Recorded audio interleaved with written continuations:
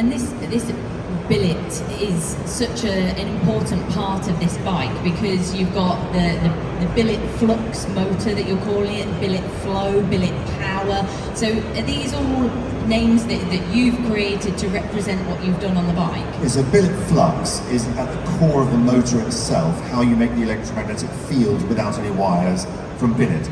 BilletFlow is the fact there's not a single hose or pipe or anything to connect the fluid systems for cooling. It's all engineered into the billet itself. The water pathways are cut into the system.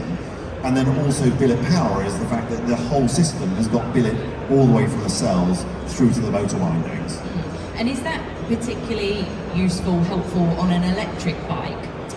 Well, in general terms, not having wires makes things more reliable, because you've got something that's more rigid. Flexible things will flex, bend, and then break. And most people will have had an experience of something in their loom on their motorbike going wrong and they have to replace the cable. When it's billet, it's just more reliable. Now, when it's low power wiring on a normal motorbike, just doing lights and things, that doesn't matter very much. When it's got, potentially speaking, there's 100 horsepower in those batteries that can come out through those billet blocks of copper.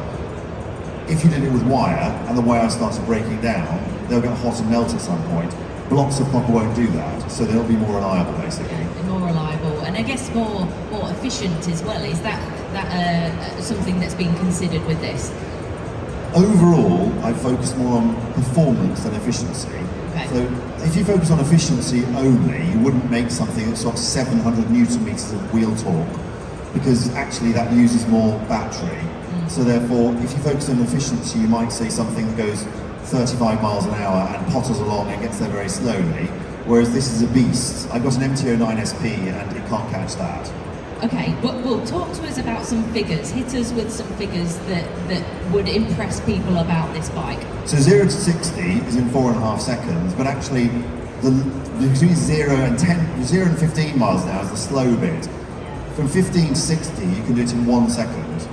Wow, okay, yeah. So there's only one gear, and at 80 miles an hour, which is the software cutoff, we don't let it go faster than 80, okay. The rotor is only spinning at 3,500 RPM.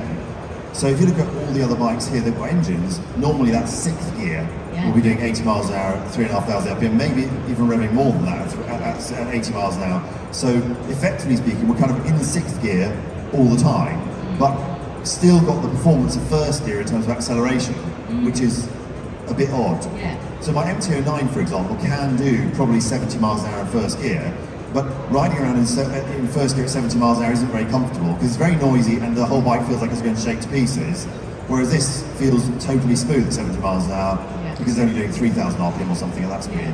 Yeah, and you are, the perfect person to speak to, who has not only built this, but ridden it as well. So if you were to describe that experience to someone, I mean, I'm already getting an image in my head as to what that would be like if 15 to 60 mile per hour goes in 1 second. But describe that experience to us of getting on a Blacksheep ONE.